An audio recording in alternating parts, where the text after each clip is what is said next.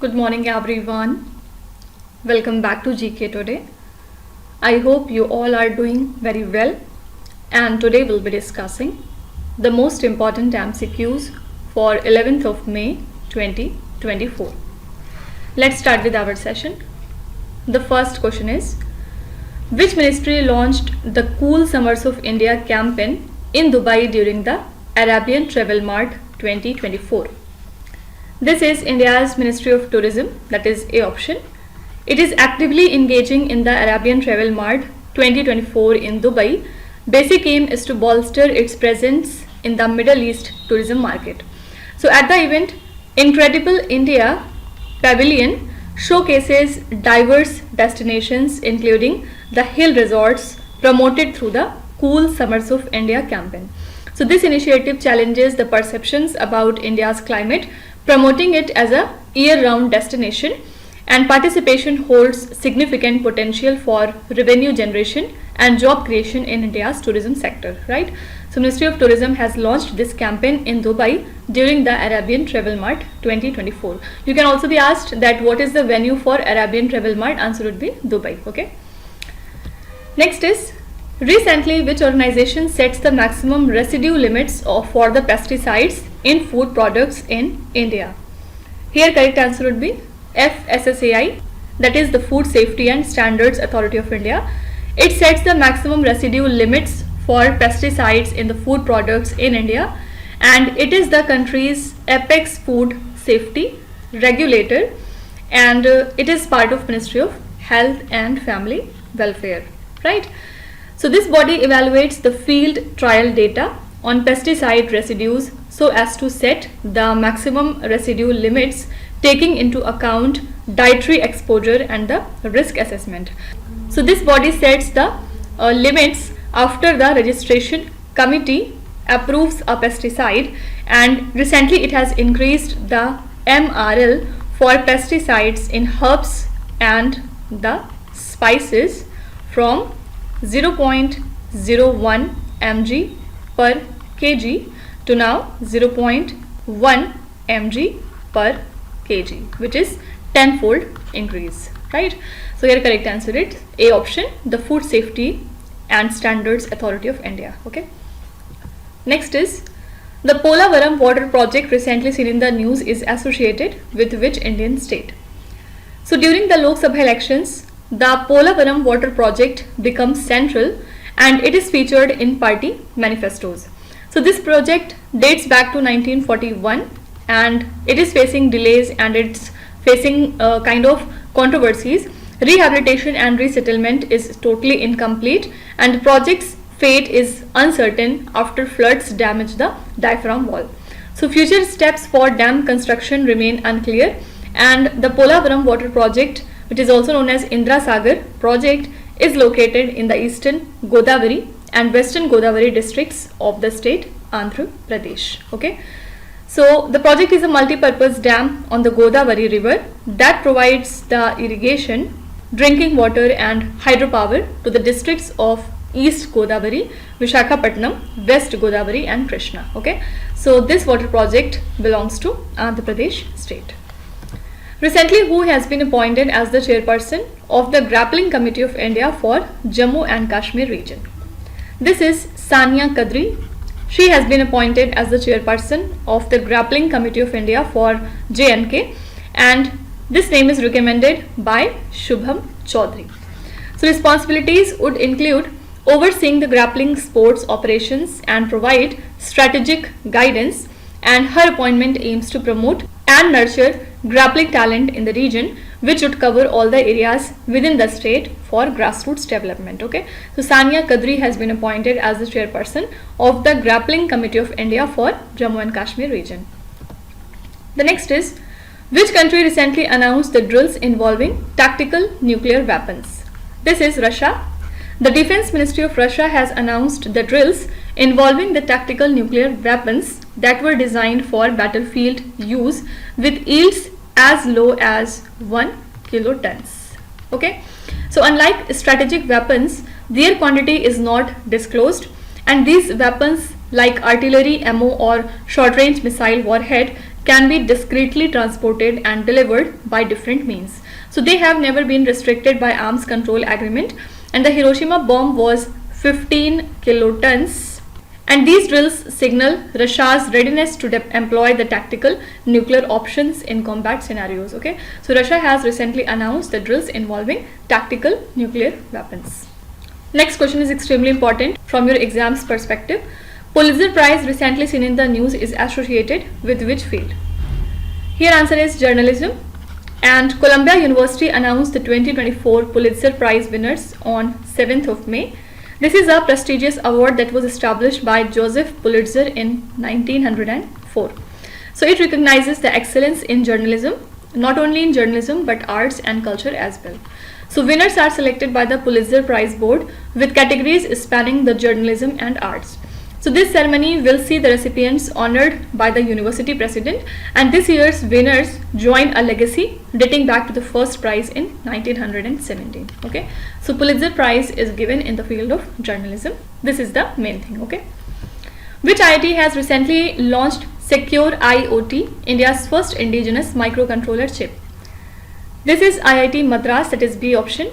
India's Mindgroove Technologies, which is incubated by IIT Madras, have launched the Secure IoT, which is the nation's first high performance SoC. What is SoC? It is system on chip.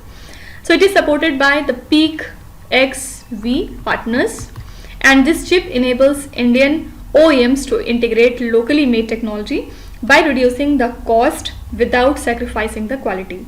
So Secure IoT, which is a system on chip, consolidates multiple electronic components into one thing, and it facilitates a smaller and more efficient devices. So this breakthrough marks a significant step towards India's self-reliance in the technology and innovation sector. Okay, so IIT Madras has recently launched this Secure IoT, which is India's first indigenous microcontroller chip. You have to tell me IIT Madras has opened their first outside India branch in which country? Please write your answer in the comment section. The next one is, which day is observed as the World Red Cross and the Red Crescent Day? So every year on 8th of May, the World Red Cross and the Red Crescent Day honors the efforts of these humanitarian societies, including the IFRC, which is the largest of its kind. It originates from the 14th International Conference of Red Cross that took place in 1938. This date marks the birth of Jean-Henri Douant, who is the founder of the Red Cross. So later on it was renamed in 1984, and this day's theme was everything we do comes from the heart. This was the theme for 2024, and this theme reflects the compassion driving their actions. Okay, so this day is observed on 8th of May, and theme is everything we do comes from the heart.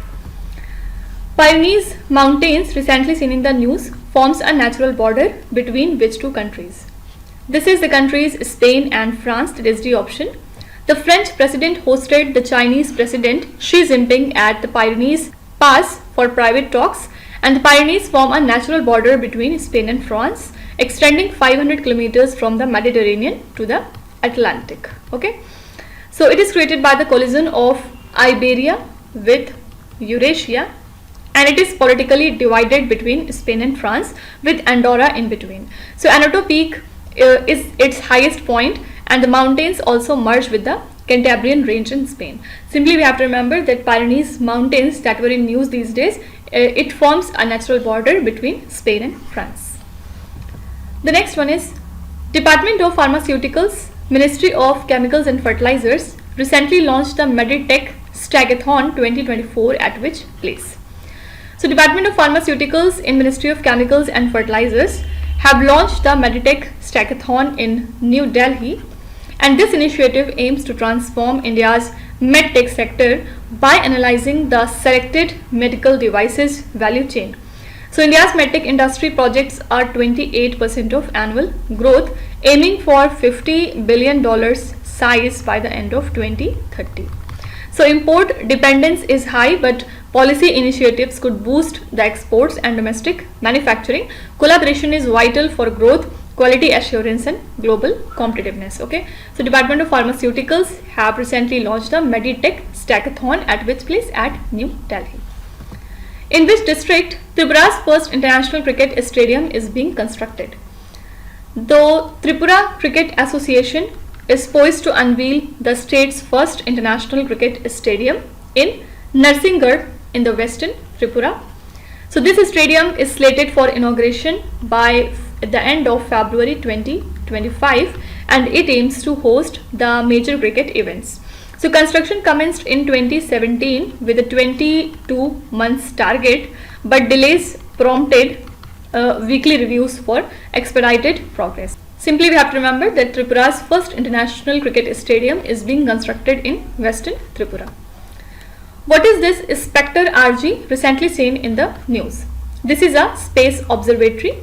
Why it came into news? Because a new pulsar was discovered by the astronomers using this space observatory. It was launched in 2019 and it is a German-Russian high energy astrophysics observatory studying the universe in the X-ray range. Okay, so it orbits the Sun-Earth system's outer Lagrange point, which is 1.5 million kilometers away in a 6-month period, and the name of observatory stands for Spectre Röntgen Gamma. Okay, and it was launched atop a Proton M rocket from Baikonur Cosmodrome, Kazakhstan. Okay, simply two things are important. Spectre RG is a space observatory and it is a German-Russian observatory. Fine.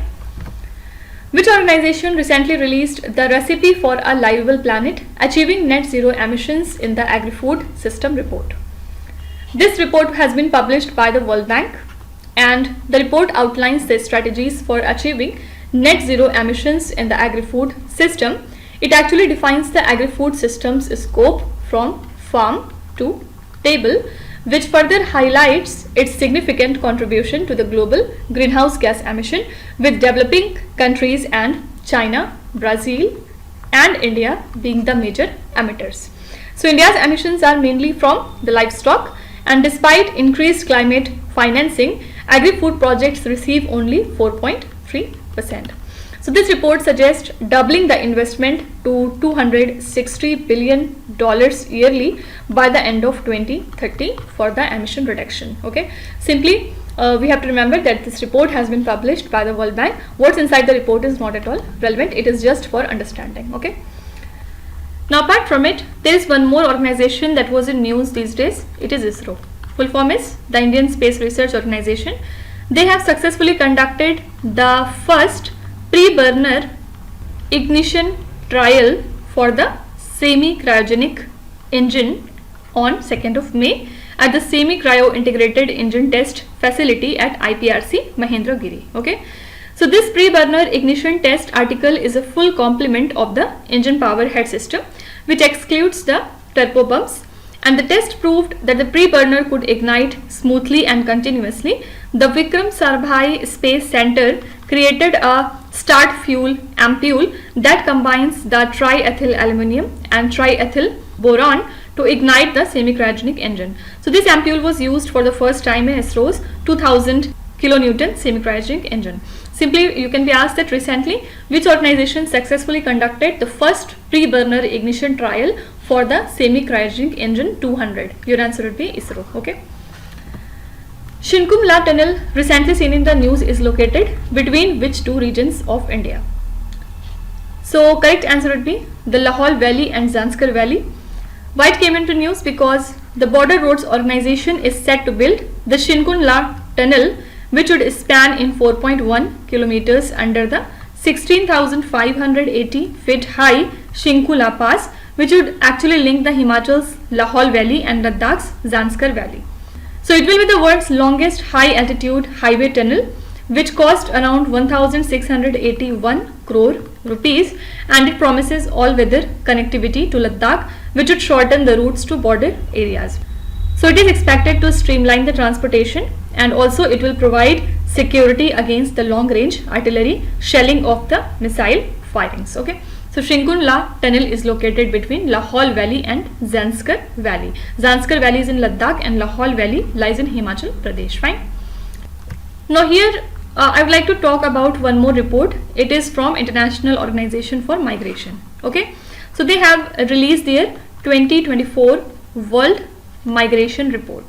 Okay, and it highlights the conflict and climate change as major drivers of global displacement. There are about 281 million international migrants worldwide, with 117 million displaced. Fine. So it marks a record high. And if we talk about India, climate impacts drive internal migration from Rajasthan, Uttar Pradesh and Madhya Pradesh, and India hosts the most international migrants, that is 18 million, with top destinations being UAE, USA and Saudi Arabia.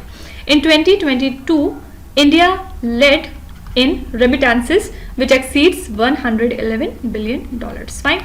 Simply, you can be asked that World Migration Report has been released by which organization? Your answer would be International Organization for Migration. What is the theme for World Thalassemia Day 2024? First of all, this day is observed annually on 8th of May, and it aims to raise awareness about thalassemia, which is a genetic blood disorder. And the Union Ministry of Health and Family Welfare held an event in New Delhi, which is led by Secretary Apurva Chandra, where they stressed about the timely detection and prevention of this disease. So the theme was empowering lives, embracing progress, and thalassemia affects the production of hemoglobin, which is crucial for oxygen transport in the red blood cells, right? So World Thalassemia Day is observed annually on 8th of May. This year the theme is empowering lives, embracing the progress. Recently, which state launched the School on Wheels initiative? This is the state Manipur, that is a option. The Manipur's government has introduced the School on Wheels to educate the students in relief camps due to ethnic strife, and the governor has inaugurated this initiative, featuring a mobile school bus with library, computers and the sports kit. So it aims to reach affected students by acknowledging the impact on education due to the strife starting on 3rd of May last year, and the scheme intends to provide necessary teaching to the students in the relief camps. Okay, so Manipur has recently launched the School on Wheels initiative. Recently, which state government has taken steps to denotify the boundaries of the Pulicat bird sanctuary? This is Tamil Nadu government. The government of Tamil Nadu plans to denotify the Pulicat bird sanctuary's boundaries by reducing their eco-sensitive zone, which spans in 720 square kilometers, and it straddles Andhra Pradesh and Tamil Nadu, primarily in the Tiruvallur district. It is situated 60 kilometers north of Chennai, and it is separated from the Bay of Bengal by the Shri Harikota Islands. Fine. So it is fed by 3 major rivers, including the Arani, Kalangi and Swarnamukhi. It hosts diverse aquatic and avian life, which supports the local livelihood, and it serves as a flood water catchment during the cyclone. Okay, so Tamil Nadu state government has taken some major steps to denotify the boundaries of Pulicat bird sanctuary. Recently, where was the first joint committee meeting between India and Australia held? So India and Australia held their inaugural joint committee meeting in the Canberra, that lies in Australia, and Indian Commerce Secretary led the delegation. Discussions encompassed implementing the India-Australia Economic Cooperation and Trade Agreement. Also, it addresses the issues from market access to pharmaceutical pricing. Both nations explored the mutual interests like coastal tourism and prawn disease prevention, which establishes an institutional mechanism for data exchange. Okay, correct answer is Canberra in Australia.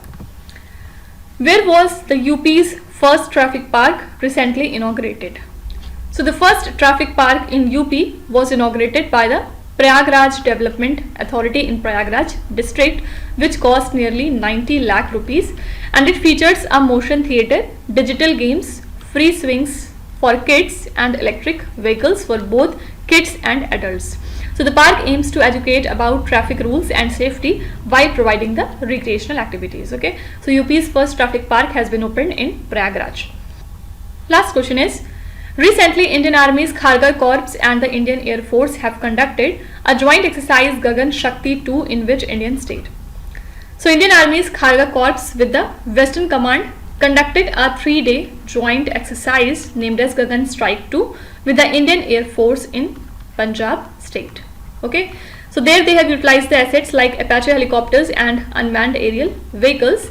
The exercise focuses on validating attack helicopters' role in supporting the mechanized operations, and it aims to redefine the protocols and enhance the coordination for ground offensives, including live fire maneuvers in developed terrains. Okay, so your correct answer is D option, that is Punjab. Also, in 2022, India has made a history by receiving over $100 billion in remittances, as reported by the International Organization for Migration. So India's remittances surged to $111 billion, which surpassed all other nations, and this milestone underscores the India's position as the leading recipient of remittances globally. Mexico followed as the second largest recipient, and the report highlights that India's significant economic ties with its diaspora worldwide. Okay, you can be asked that recently, which country became the first to get $100 billion in remittances? Your answer would be India. Okay, so these are the most important current affairs and the news from today. All the questions that were missed have been covered now, and from Monday onwards we will start our revision part as well. Now let's start with today's quiz. Here on the slide you can see 5 questions which have been taken from the past 2-3 days current affairs. Pause the video and try to solve each of these questions, and at the end of the lecture do not forget to share your scores in the comment section. So please be honest and do not cheat with yourself. So that's it for today. I hope you have liked the session. These were the important news and events from today, and we will meet again tomorrow with some more important current affairs. Till then, stay tuned. Thank you so much for watching, and please do not forget to subscribe to GK Today. With this, Meenu Satsana signing off.